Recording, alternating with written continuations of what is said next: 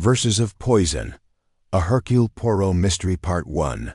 The Poet's Invitation. The invitation arrived on thick, cream-colored paper, its edges deckled as though torn by hand rather than cut by machine. The ink was a deep, lustrous blue, Hercule Poirot thought, turning the envelope between his fingers with delicate precision. Blue inks were fashionable among poets. They suggested depth, melancholy, oceans, and midnight skies. They also suggested vanity. Poirot read the card twice. Once for its content and once for its intention. Mr. Sebastian Vale requests the pleasure of your company at Blackthorn Grange for an evening of poetry, wine, and conversation. Saturday next, at 7 o'clock. Dress as you please. Words matter more than appearances. The signature was a flourish of ink. Sebastian Vale, a name that, even to Poirot, carried a faint echo of literary notoriety. Vale was not merely a poet.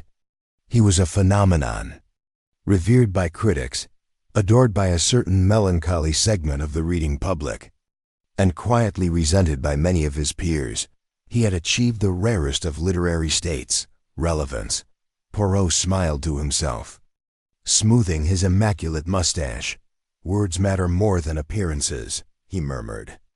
Bah, a lie already, and I have not yet met the man. He had not been invited directly.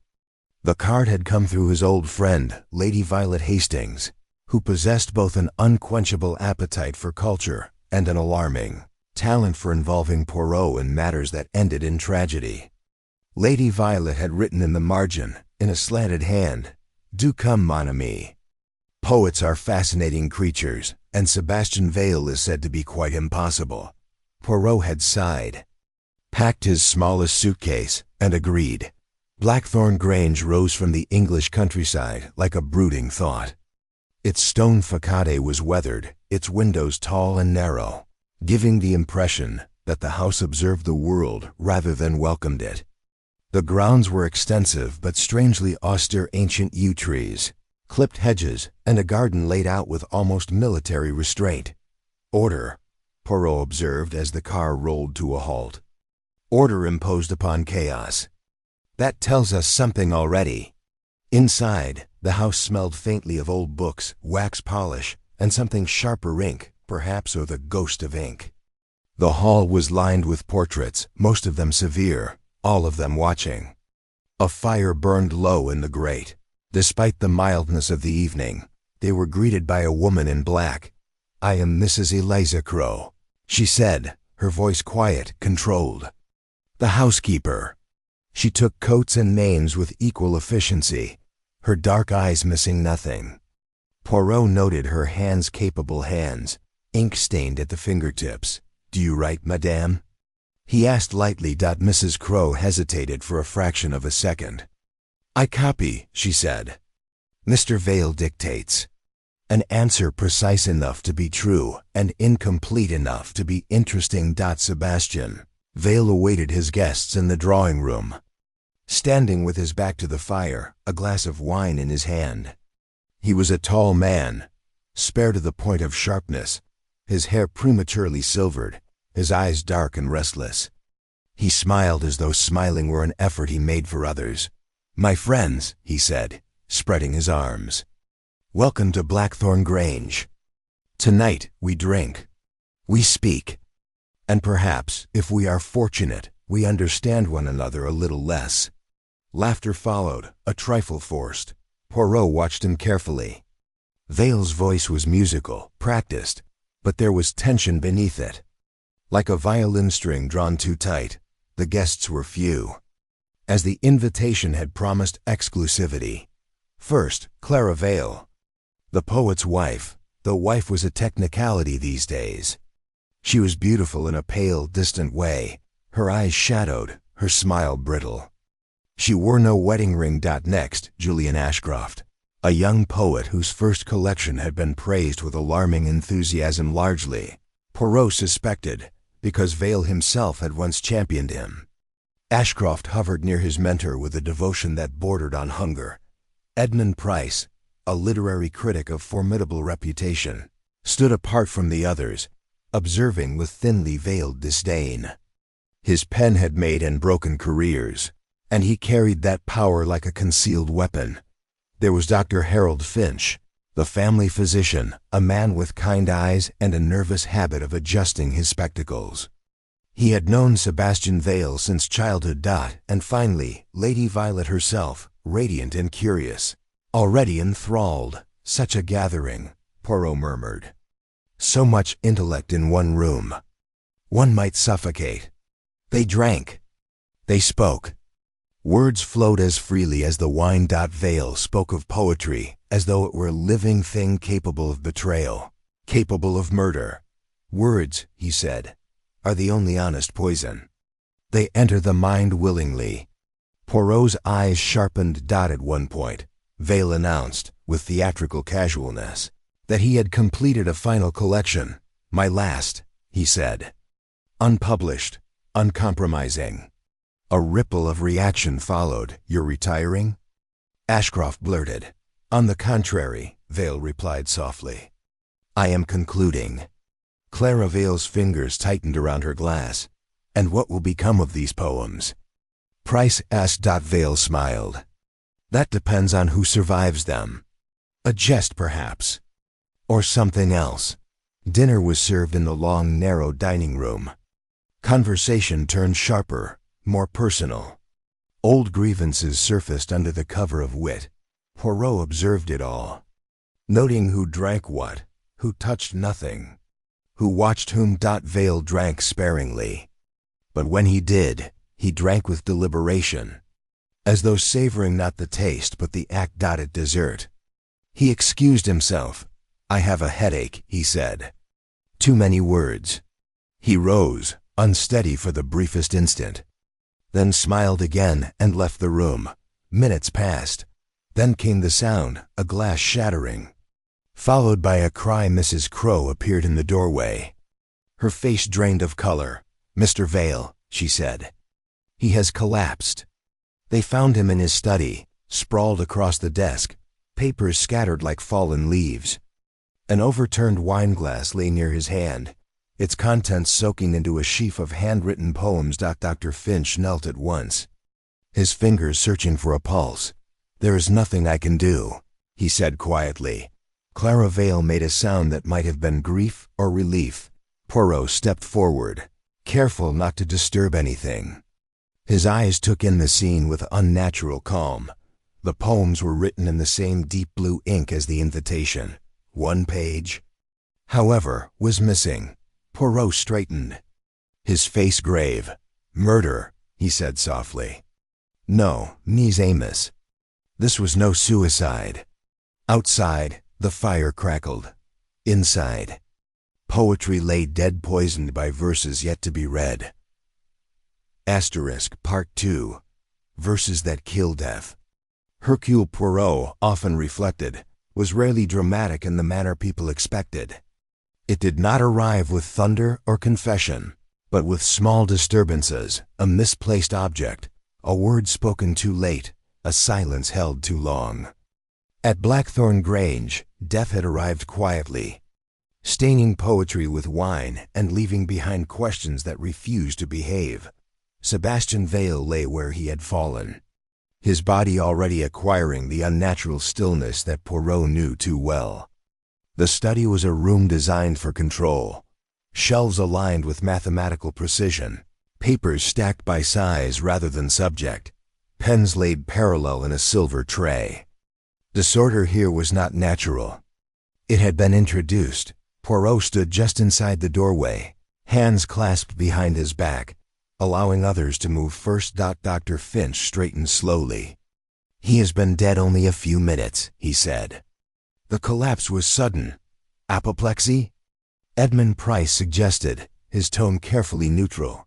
Dr. Finch hesitated. Possibly. But? Poirot prompted gently. There was a faint odor, Finch admitted. Bitter, almond-like. Poirot's eyes flicked, briefly, to the overturned glass. Cyanide? Clara Vale whispered. Dr. Finch did not answer directly. We cannot know without examination.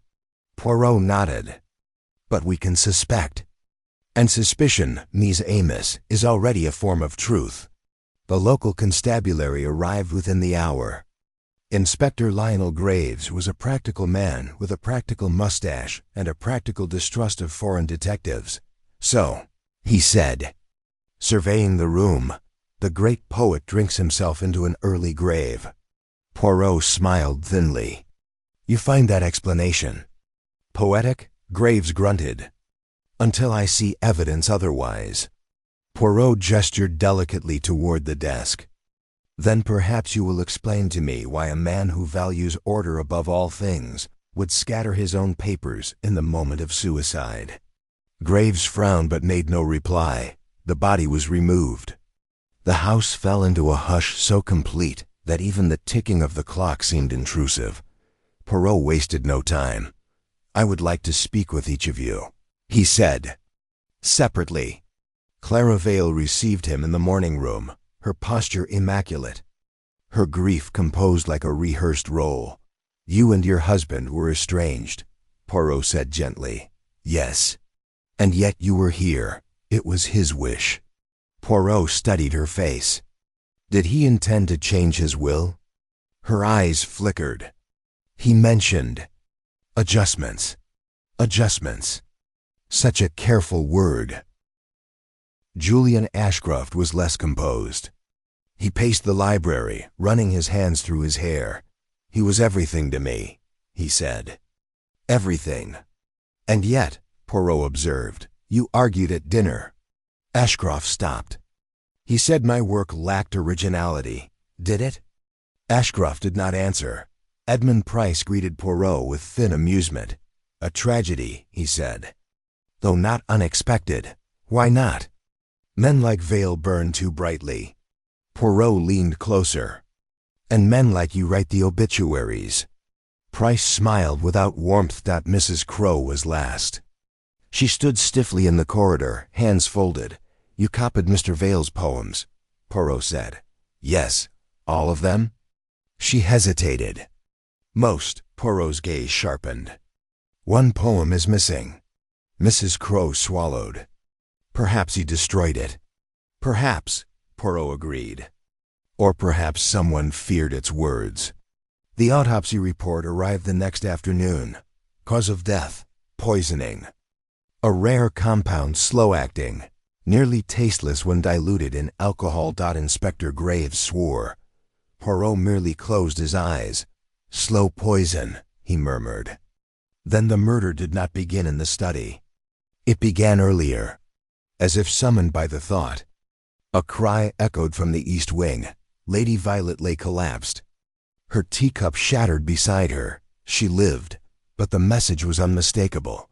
Someone at Blackthorn Grange had learned how to turn verses into weapons, and they were not yet finished. Part 3. Ink. Arsenic and alibis. If Blackthorn Grange had once been a house devoted to words, it was now devoted to silences. Doors closed softly. Footsteps were measured. Even the clocks appeared to tick with restraint, as though afraid of accusing anyone too loudly. Hercule Poirot welcomed the silence. It was in such spaces, between what was said and what was meant, that truth revealed itself. Lady Violet's collapse had not been fatal, but it had been instructive. The poison confirmed by Dr. Finch after a harrowing night had been present in minute quantity, diluted enough to wound rather than kill. A warning. Or a rehearsal. Poirot sat at the small escritoire in the guest room, arranging facts as carefully as he arranged his ties. Slow-acting poison. Alcohol as a carrier. A poet obsessed with control. And a missing poem. "No," Poirot murmured to himself. "Not missing, removed." Inspector Graves arrived the following morning with the air of a man determined to reclaim authority. "We've checked the wine cellar," he announced. "Nothing tampered with." "Of course not," Poirot replied pleasantly. "Because the wine was innocent." Graves scowled. "You suggesting the poison wasn't in the drink?" "I am suggesting," Poirot said, steepling his fingers, "that the drink was merely the messenger." Poirot rose and led the inspector toward the study. Sebastian Vale's desk had been restored to order. But traces remained. Faint blue stains on the wood. Almost invisible unless one knew where to look. Ink, Poirot said softly.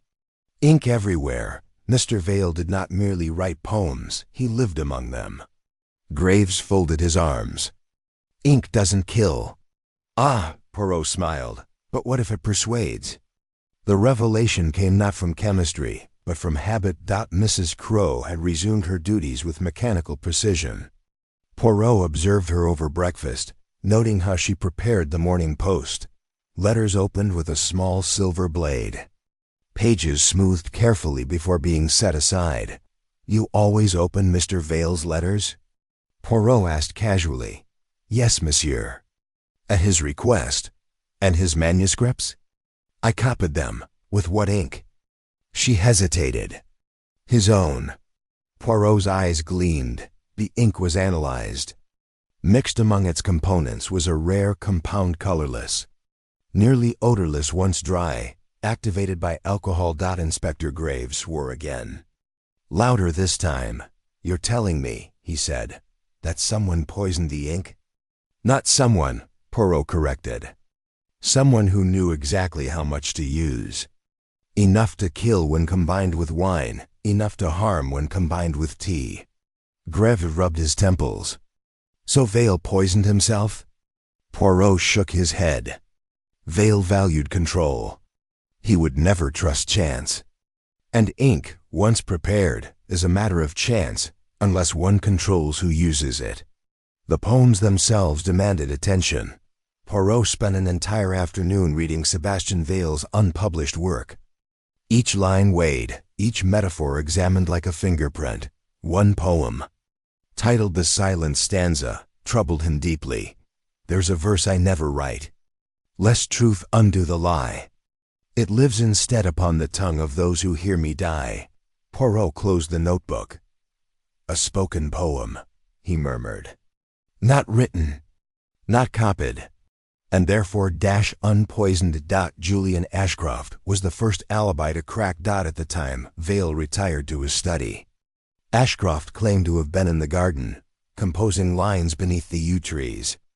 Unfortunately for him, Poirot discovered that the night air had been damp. The garden paths muddy. Ashcroft's shoes were clean. You admire Mr. Vale, Poirot said gently during their second interview. I worshipped him. And when he criticized you? Ashcroft's jaw tightened. He was cruel. Cruel enough, Poirot pressed, to threaten your career? Ashcroft said nothing. A motive, yes. But opportunity? Edmund Price proved more elusive. You accused Vale of plagiarism. Poirot reminded him. I accused him of arrogance, Price corrected. A more serious crime. And the missing poem? Price smiled thinly. Words can destroy reputations, Monsieur Poirot. I suspect someone wished to silence them. A critic who fears words. Poirot raised an eyebrow. Curious. But Price's alibi held firm. Too firm. Clara Vale wept at last. He was going to expose me, she confessed. In verse. My affair, my resentment, everything. Poirot listened without judgment. But I did not kill him, she said fiercely. I wanted freedom, not scandal. Poirot believed her. Or rather, he believed her grief was not the grief of a murderer. Only Dr. Finch remained, a childhood friend. A trusted physician. A man who understood both bodies and dosages. You recognize the smell, Poirot said quietly. Finch adjusted his spectacles. Habet, you had access to the ink. I visited often. And you knew the poems would be copied. Finch's face paled. Poirot said nothing more. Not yet. That night, Poirot made his move. He announced publicly that the poison must have been administered during dinner. In the wine he watched the faces. One face relaxed. Only one. Poirot smiled sadly. The trap is sprung, he murmured. But the truth, the truth still waits for its final stanza. Asterisk Part 4. The Silent Stanza Truth, Hercule Poirot reflected, rarely announced itself. It whispered. It repeated itself. And if one listened carefully, very carefully, it contradicted nothing except the lies told to protect it. At Blackthorn Grange. The truth was whispering now, the false conclusion. Poirot had announced the previous evening that the poison had been administered in the wine. During dinner had done exactly what he intended. It had loosened tongues, softened vigilance, and encouraged the guilty to believe themselves safe. Safety, Poirot knew, was the most dangerous illusion of all. The morning dawned pale and cold. Poirot walked the grounds alone, retracing paths not of feet, but of habit. Sebastian Vale had been a man of routines, and routines left shadows. The yew trees stood immovable, their dark needles absorbing light. Beneath them, a stone bench bore faint scratches, marks made by a ring, perhaps, or a pen pressed too hard in thought. A man who speaks his best lines aloud, Poirot murmured. Yes, here. Vale had rehearsed his poems in the open air, spoken them, perfected rhythm and emphasis before committing them to paper. And one poem, crucially, had never been committed at all. Poirot returned to the house with a new certainty, forming like a knot drawn tight. He summoned Mrs. Crowe. The housekeeper stood before him, composed as ever, but something had changed. Her answers now came a fraction too quickly, her eyes too carefully still. You said you copied most of Mr. Vale's poems, Poirot said. Double quotes, yes, monsieur. And the one you did not copy? She frowned. He changed his mind. Ah. Poirot inclined his head. He changed his mind often? No, the word came too fast. Poirot smiled gently. Then let us speak of ink. Her hands tightened. You prepared it, Poirot continued softly. You maintained it. You knew how much to use, how long it would rest, how it would dry. I only followed instructions. Indeed, Poirot said. Whose? Silence. Dr. Finch provided the next piece of the puzzle. Summoned to Poirot's sitting room, the physician appeared exhausted. His shoulders bowed beneath years of unspoken obligation. You loved him, Poirot said. Finch's breath caught. Like a brother, and yet you feared him. Finch looked away. He was relentless. About what? The poem, Finch admitted. The one he never wrote. Poirot leaned forward. Tell me. Finch swallowed. It was about us. About something I did. Years ago. A death covered up. A diagnosis altered. A life quietly erased. Sebastian said the poem would be spoken, Finch whispered. At the gathering. He said truth should be heard, not read. Poirot closed his eyes. Now the motive had weight. But motive was not method. Poirot revisited the study once more, this time focusing not on what was present, but on what had been spared. The silver tray of pens, all unused. Sebastian Vale had not written after dinner, yet the poison had acted quickly. So, Poirot murmured. The poison entered the body before the study. Not through wine. Not through food. Through habit. Tea. Lady Violet's poisoning had occurred in the afternoon. Tea, poured by Mrs. Crowe. Sugar added. Spoon stirred, ink dried. Poison dormant. Alcohol awakened it. Tea had nearly killed. Wine had finished the work. Poirot's mustache twitched. He gathered them that evening in the drawing room. Inspector Graves stood ready, notebook in hand. Poirot spoke calmly, methodically. The murder of Sebastian Vale was planned weeks in advance. The poison was mixed into his ink, an ink he trusted, an ink used only by one person. Mrs. Crowe swayed, but she did not act alone, Poirot continued.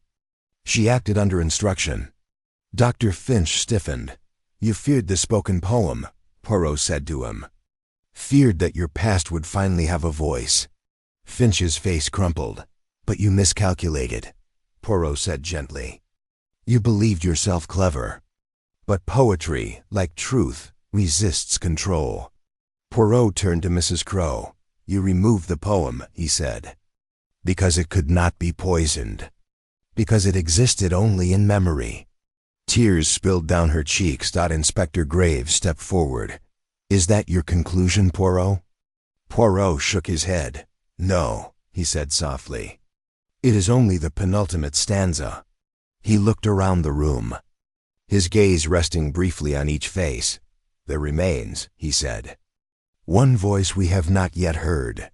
The fire crackled outside. The yew trees whispered and the final truth waited.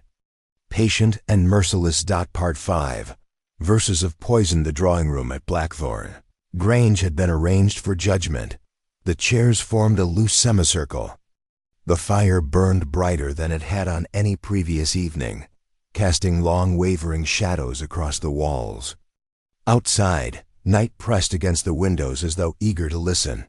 Hercule Poirot stood before the mantelpiece, immaculate as ever.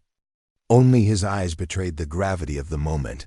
"Madame et messieurs," he said gently, "we have reached the final stanza." Inspector Graves nodded to a constable near the door. No one would be leaving. Poirot began as he always did, with order. Sebastian Vale was a man who believed in control, he said. Control of language, of meaning, of people.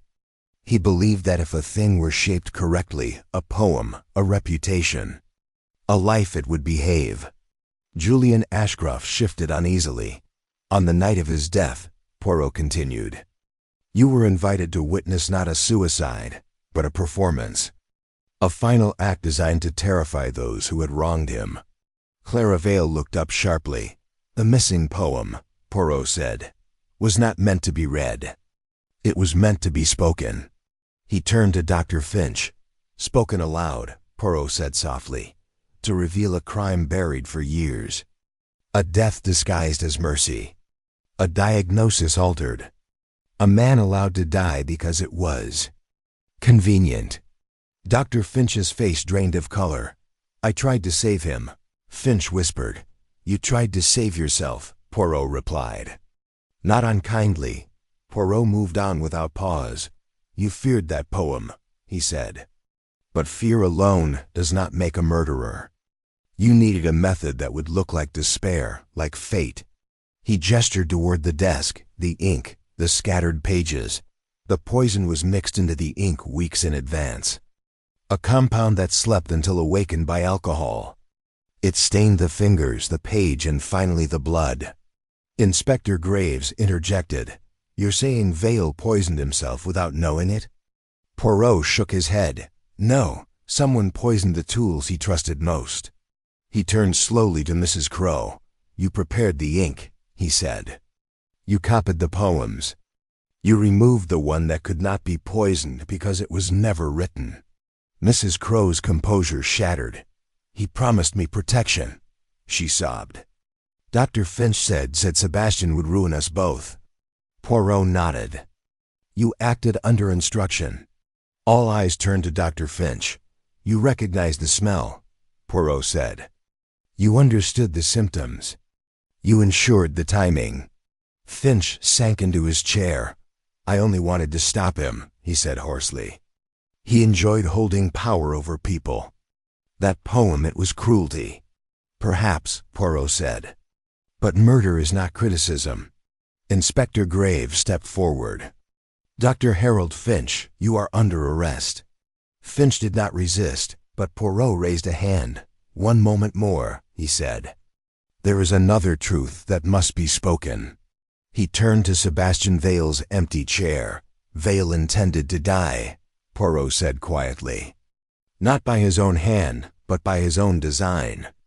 He planned the evening to provoke, to frighten, to make his death meaningful."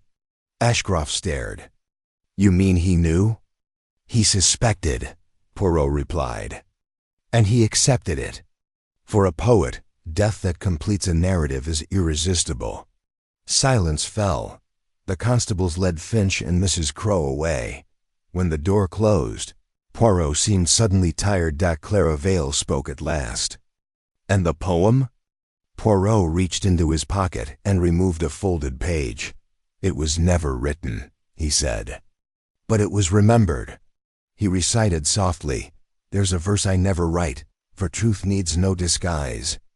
It lives in acts we choose to hide and waits behind our eyes." No one spoke. Later, as Poirot prepared to leave Blackthorn Grange, Lady Violet touched his arm. "Do you still believe words are poison?" she asked. Poirot smiled faintly. "Only when swallowed without thought," he said. "Otherwise, they are merely mirrors." He stepped into the night. Behind him, the house of poetry stood silent, at last its verses spent. Its poison name. Part 6, Epilogue, the last line. Some endings, Hercule Poirot believed, were too abrupt to be truthful. Justice might conclude a case, but understanding lingered like the final resonance of a bell long after it had been struck. Blackthorn Grange stood quieter than it ever had. The yew trees no longer seemed to listen. They merely endured. Poirot returned once more, not as a detective summoned by death, but as a man compelled by unfinished symmetry. The house had been opened for inventory. Books catalogued, papers boxed, rooms emptied of intention. In the study, sunlight fell across the desk where Sebastian Vale had lived his last conscious moments. "Order restored," Poirot murmured. "But meaning requires a coda." Clara Vale received him with a composed gratitude that had replaced grief. "I will sell the house," she said. "It is full of echoes." "Echoes teach us," Poirot replied, "if we are willing to hear them." She handed him a small parcel wrapped in brown paper. "These were found in a locked drawer," she said. "They did not seem dangerous." Poirot opened it carefully. Inside lay a set of fountain pen nibs, unused, and a slim notebook. The pages were blank save for a single line, written in pencil. Faint but deliberate. A poem is not what is written, but what is survived. Poirot closed the notebook. Inspector Graves joined him later in the garden. "Finch has confessed fully," Graves said. "Mrs. Crowe corroborated everything. No appeal." Poirot nodded. "And Mr. Ashcroft?" "Left England. Teaching somewhere in Italy, I hear." "And Mr. Price?" Graves snorted. "Writing essays about the dangers of genius." Poirot allowed himself a small smile. Before leaving, Poirot asked for a moment alone beneath the yew trees. He stood where Sebastian Vale had once rehearsed his lines aloud, speaking to an audience of leaves and shadows. Poirot imagined the poet there alive, sharp, dangerous, testing the weight of truth on his tongue. "You sought immortality," Poirot said quietly to the empty air. "You achieved instruction instead." He removed the notebook from his pocket and tore out the single penciled line. The rest he left behind blank. Some silences, after all, deserved to remain unfilled. That evening, aboard the train to London, Lady Violet poured tea with exaggerated care. "You look satisfied," she said. "I am." "Resolved," Poirot replied. "Will you miss them?" Poirot considered this. "I will miss the warning," he said. "That talent without kindness is merely another toxin." The train moved on, carrying Poirot toward another mystery, another set of human contradictions. Behind him, Blackthorn Grange faded into memory, its verses spoken, its poison spent, its final line at last complete. Finis. Part 7.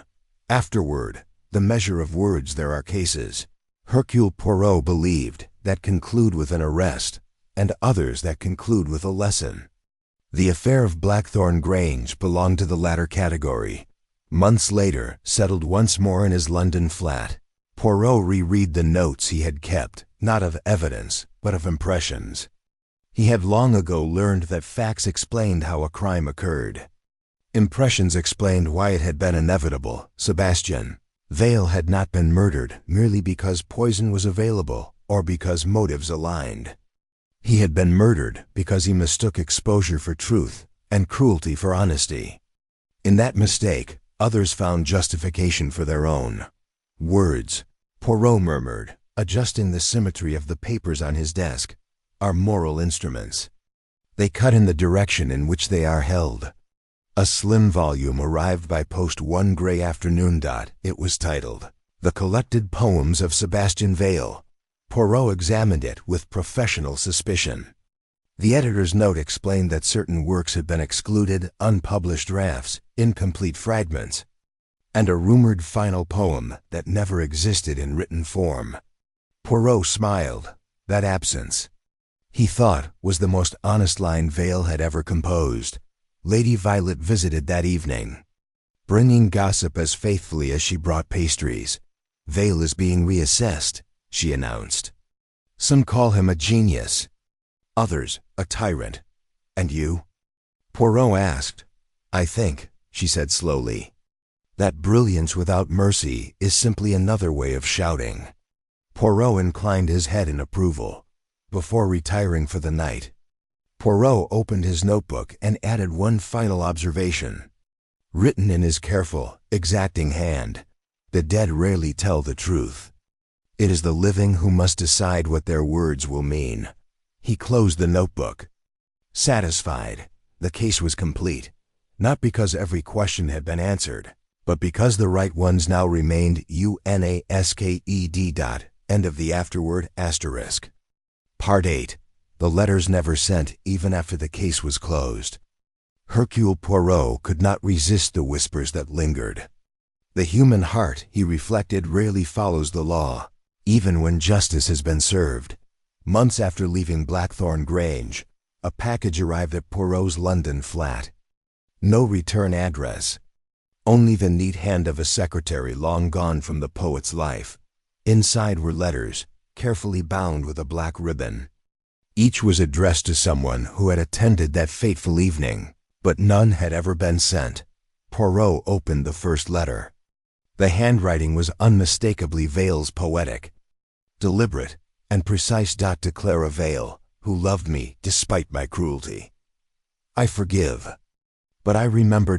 Each letter carried a unique message, some apologetic, some accusatory, and some cryptic, hinting at knowledge of the poison, the ink, and the truth spoken in private. Poirot read through each in silence. The letters were evidence of intent rather than action, of moral reckoning rather than crime. They revealed the poet's understanding of the consequences that his own words and the actions of others had wrought. He realized then that Sebastian Vale had orchestrated not merely a death, but an enduring lesson, a network of confessions, remembrances, and warnings that outlived him, even in absence. He continues to instruct, Poirot murmured. A final performance beyond the grave. Lady Violet visited the following week, curious about Poirot's musings. These letters, she asked, do they change anything? Poirot shook his head. No, they add depth, nuance. They remind us that every act, every word, is part of a longer chain. The living must interpret. The dead merely leave it to us. She smiled thoughtfully. Poetry, then, is immortality. And poison, Poirot added with a faint smile, can be metaphorical as well as literal. That night, Poirot placed the letters into a drawer, precisely aligned and ribboned. They were a reminder of human complexity, the unpredictable weight of words, and the responsibilities of understanding them. As he lit his lamp and prepared for sleep, he reflected on the nature of secrets and messages left unsent. Sometimes, he thought, the greatest stories are those that are never read, and some poisons are best left as lessons. Asterisk. Part 9. The return to Blackthorn. Years had passed since the events that had shaken Blackthorn Grange. The estate had changed hands, yet the echoes of poetry and poison lingered in the minds of those who had survived that night. Poirot, compelled by curiosity and the subtle pull of unfinished symmetry, accepted an invitation to revisit the place. Upon arrival, he found the grounds tamer, the gardens more cultivated, and the once ominous yew trees trimmed into order. Yet he noted that no restoration could erase the memory of what had occurred. Clara Vale, now a dignified widow, welcomed him with cautious warmth.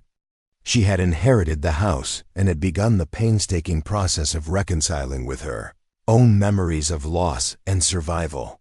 "Poirot," she said softly, "why return after all these years?" "I, mon ami, seek only clarity," he replied.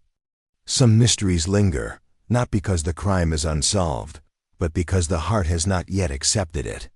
They walked through the hall, past portraits and polished floors. Poirot paused at the study, noting the desk, the shelves, and the faint traces of the poet's long-faded presence. "Order remains," he murmured. Yet chaos once reigned here in subtle fashion. It was human chaos, invisible to the eye, but palpable to the mind. Clara guided him to a room that had remained untouched, the poet's old library. Here, books were stacked precisely as Vale had left them, and a faint smell of ink still lingered. "Do you come seeking the poem?" she asked. Poirot shook his head. "No, my friend. The poem exists in memory, in recollection, in the lessons we carry. I return only to observe the aftermath, to see what survives the act." As they walked through the gardens, Poirot reflected on the subtle ripples of a single night's events, the poison, the letters, the unspoken verses, the lives touched irrevocably. Even years later, the lessons remained intact. Words carried weight, actions bore consequence, and human nature proved as delicate and dangerous as any compound in a chemist's vial. At sunset, Poirot stood by the yew trees, watching the shadows stretch across the lawns. "Blackthorn Grange is at peace," he said. "Yet its stories, its warnings, remain alive for those who are willing to remember." Clara nodded. "And for those who will write anew." Poirot smiled faintly, the train home already calling in his mind. He turned from the estate, leaving Blackthorn Grange as it had been, silent, ordered, yet forever carrying the echoes of verses and poison. Part 10. The final reflection. Train slid through the rolling English countryside, gray mist clinging to the earth like a shroud of memories long past. Hercule Poirot, sitting in a quiet compartment, observed the passing landscape with his characteristic precision. Each hedge, each shadow, each distant glimmer of sunlight reminded him of Blackthorn Grange. The yew trees, the study, and the desk where Sebastian Vale had plotted his final verses and orchestrated his own demise. For Poirot, the events of that night had never truly left him. They were not merely a puzzle of poison and murder. They were a meditation on human character, on the moral weight of words, and on the fragility of trust. Vale's genius had demanded control over language, over perception, over the people around him. It was in this quest for absolute control that tragedy, inevitable and precise, had unfolded. Poirot reflected on the letters never sent, recently delivered to his London flat. These documents were a revelation, each one addressed to a different attendee of that fateful evening. They were letters of instruction, confession, warning, and moral evaluation. They did not merely recount the events. They offered an insight into Vale's understanding of consequences, the depth of his foresight, and his manipulation of those around him. Even after death, the letter to Clara Vale carried an almost unbearable delicacy. To Clara Vale, who loved me despite my cruelty, I forgive, but I remember. Let memory guide you more than emotion. Poirot pondered the subtlety of the phrasing. It was neither a plea for absolution nor a justification. It was instruction. Vale demanded that those left behind understand the consequences of their actions as clearly as he had understood his own. The letters to Julian, Ashcroft, and Edmund Price were equally meticulous, blending advice with subtle warnings. They underscored the delicate balance of admiration and fear, mentorship and envy. Poirot observed how Vale's genius extended beyond poetry. It was now an architecture of moral consequence, extending invisibly to those who survived him. The train rattled over a bridge, and Poirot's mind turned to the living. Clara Vale had inherited Blackthorn Grange, and in her meticulous restoration of its gardens and interiors, She had also restored herself. Poirot imagined her walking among the trimmed yew trees, each branch pruned to perfection, each flower bed arranged with precision. She had rebuilt a life disrupted by scandal, grief, and the shadow of a genius who had both loved and destroyed. Julian Ashcroft had left England for Italy, carrying with him the weight of lessons learned and the subtle hum of fear and respect for genius misapplied. Edmund Price continued to write critiques, now tempered with awareness of the frailty of those he once judged so freely. Mrs. Crowe and Dr. Finch, though constrained by the law and by conscience, lived with the heavy knowledge of their part in Vale's demise. A moral sentence heavier than any legal one could impose. As London drew near, Poirot opened his notebook. He wrote with meticulous care an entry that summarized his reflections. Blackthorn Grange is a lesson in the potency of words and the consequences of genius. The poison was literal, the verses metaphorical, yet both were instruments of instruction. Human nature is fragile, ambition volatile, and morality ever subject to interpretation. Days later, Poirot revisited Blackthorn Grange, compelled by the subtle tug of unfinished symmetry. The estate had changed. Lawns were manicured, gardens cultivated, the yew trees trimmed into serene order. Yet no restoration could erase the presence of history, nor the memory of a man whose words had wielded as much power as any physical force. Clara, Vale welcomed him with composed grace. "Monsieur Poirot," she said softly, "why return after so many years?" "I seek clarity," Poirot replied. "Some mysteries linger, not because the crime is unsolved, but because the human heart has yet to understand them fully." They walked through the halls, past portraits of ancestors and polished floors, until they reached the study. Poirot lingered over the desk where Vale had written, noting the faint scratches, the subtle stains of ink, the precise arrangement of papers that had survived. Every object was a testament to the poet's exacting nature and meticulous thought. Clara led him to the library, preserved almost as it had been decades before. Books were stacked meticulously, the faint scent of aged paper and ink lingering.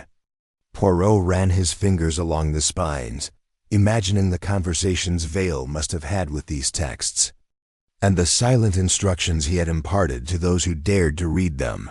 "Do you come seeking the poem?" Clara asked. "No," Poirot replied.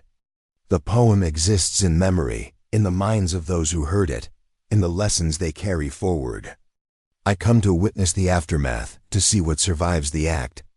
They walked through the gardens, the sun low on the horizon, casting long shadows.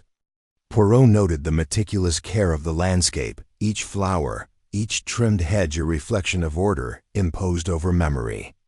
The yew trees, though tamed, seemed to whisper faintly of what once occurred beneath their shade, of rehearsed verses and calculated threats. Poirot understood that the estate itself had become a vessel of moral instruction. Returning to London, Poirot reflected further in his flat.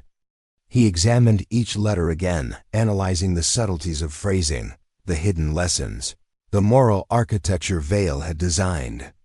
These letters, he realized, were more than personal messages.